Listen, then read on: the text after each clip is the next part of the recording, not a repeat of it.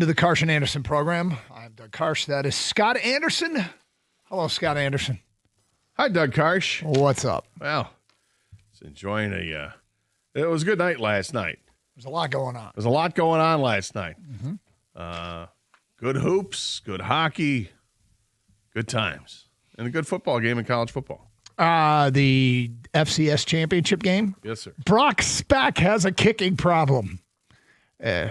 Illinois State's kicker had 2 kicks blocked at the end. They could have won him the national championship, but whatever. I'm going to say something here, and you tell me if it's too much or it's totally true. Kang, I want you to sound off on this one too. Is it too much or totally true? Knicks, Cavs, Pacers, Celtics, your time is over. The East goes through Detroit. Full stop. Too much or totally true? I don't think it's total. I think it's totally true for this year. I think when guys get back to the floor, it might be a different story. Now we're going to have some real competition.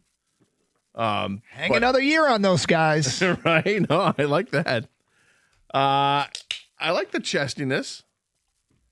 And I think it's mostly true. I think it does go through Detroit this year. I think you want to win the East, you got to beat the Pistons. Kang, is it too much or spot on? For the 25-26 season, it's totally true. I think it goes through Detroit this year. The Knicks, I think they have more like talent, pure talent. You know, Brunson, Karl Anthony Towns, those, Mikal Bridges. Those guys are legit dudes in this league. I don't trust Mike Brown at all. I know he's a terrible hire head coach. I think the Pistons, they're the team to beat in the East until proven otherwise, and they just proved it last night. Last night was belt to ass, boys. Belt to ass.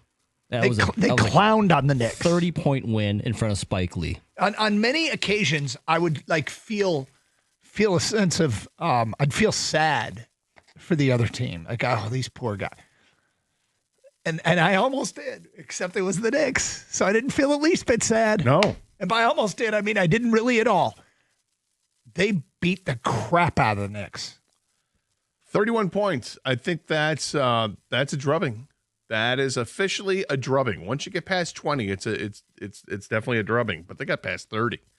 They put so much pressure on the Knicks throughout the game.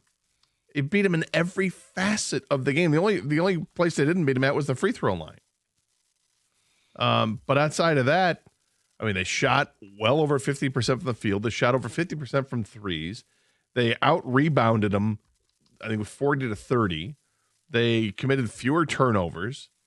They were stealing the ball. They were blocking the ball. They just did an amazing job. And block shots, second chance opportunities. So I'm flipping earlier. I watched right before halftime. I had the game on, and I saw that Jalen Brunson had like 17 points. He was scoring a bunch, and Cade at that time I think had 14, and then Cade drains a 3 and hits a layup and does something else, and the next thing you know, he's got 20, but he had like 9 assists already.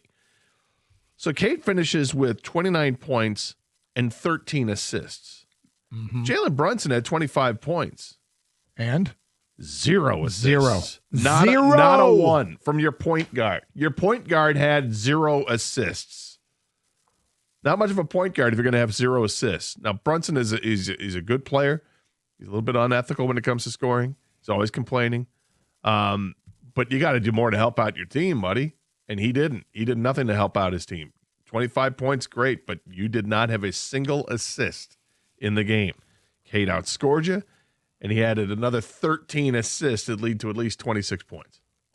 I got to hand it to the fans that were there last night. The persistence and the commitment to booing Jalen Brunson. It takes discipline. It takes a lot of stamina. Whole game, let him have it. Was there an F.U. Brunson in there mixed in? It was hard to tell through TV. Oh, Doug, I don't think people would chant something like that. Well, fans in Michigan never say anything that crossed the line. Not in the college or pro. No. Was there an FU Brunson, Kang? Did you hear an FU Brunson coming through the TV last night? I did not. I thought I heard it. Was it your wife that was saying it? She's a basketball junkie. She is. 248-539-9797. Is it too much to say that the East goes through Detroit? Did the Pistons send the message that you're ready to plant that flag? The East goes through Detroit. By the way, props to Kang for the shirt today. The Pistons green. I love that one from a couple years ago. I got to tell you, I am so excited because at some point I'm going to debut. One of my kids got me for Christmas something Pistons related, and you are going to hate it, which excites me. Sounds like a hat, and sounds like it's going to be flat brimmed and awful. Does that fake hair on it? I know you hate the fake hair. Why is it fake hair? Oh no! If you don't even bother if that's it. Gator did put on his list is visor fake hair guy. Like the troll type hair, right? That it spikes exactly. up. Yeah. Well, you'll see. It'll probably debut this week. 248-539-9797. Let's get to your phone calls. Tyler on a cell. You're on 97.1. Hi, Tyler. What's up, guys? How you doing? Good. All right. Hey, I'd like to hear what Robinson's got to say today after that Detroit's got a little good basketball team. Cute little basketball team. Yeah, that was out of New York. I bet it's a different ring to it today. Couple things. I think, obviously, they're off to an amazing start. One we haven't seen in quite a while. They're playing just absolute caliber basketball, just front and end of it. They got depth, man. They got some depth where a lot of our teams, we can't say that, you know. We guys get hurt on these other teams. We get pulled these guys off the streets, it seems like. And with the Pistons, man, you get the bench out there with just starting with the bench, and you're feeling confident with the starters. So they got depth, which is awesome. The regular season is obviously a little different than the playoffs, but we're enjoying the ride right now, man. We're enjoying it as Detroit fans. It's really refreshing, and they're doing it shorthanded. They're doing it against teams that are healthy and in a definitive fashion. Like, I'm going to guess that deep down last night's game meant more to Detroit and the Detroit locker room than it meant to the 100%. Knicks locker room. So 100%. I'm not going to dismiss that. But it wasn't like the Pistons won by 12. No, they were up. It was a 10-point lead at half, and then all of a sudden it's 15, 20. And then they kind of, the Knicks tried to come back a little bit, but at the end of the day, they just put them in their place, and it was great to see. It was awesome to see Spike Lee there, all sad and disappointed. Go to Brunson, throwing a fit. It's just great. It was great. Even at the end, their head coach, they had a camera shot of the head coach with his head in his hands, and he was leaning forward. You couldn't see his face. Mark Brown. It was great. Actually, it was one of the assistants. No, I'm sorry. I got confused with the USC game. My bad. Who also took a belt to the hindquarters yesterday. My bad. Yes, that was a rough trip through Michigan for the USC Trojans. Nonetheless, the Pistons' definitive victory over the Knicks, that was wholly satisfying. 248-539-9797. Is it too early to say that the road to the NBA Finals, the East, goes through Detroit?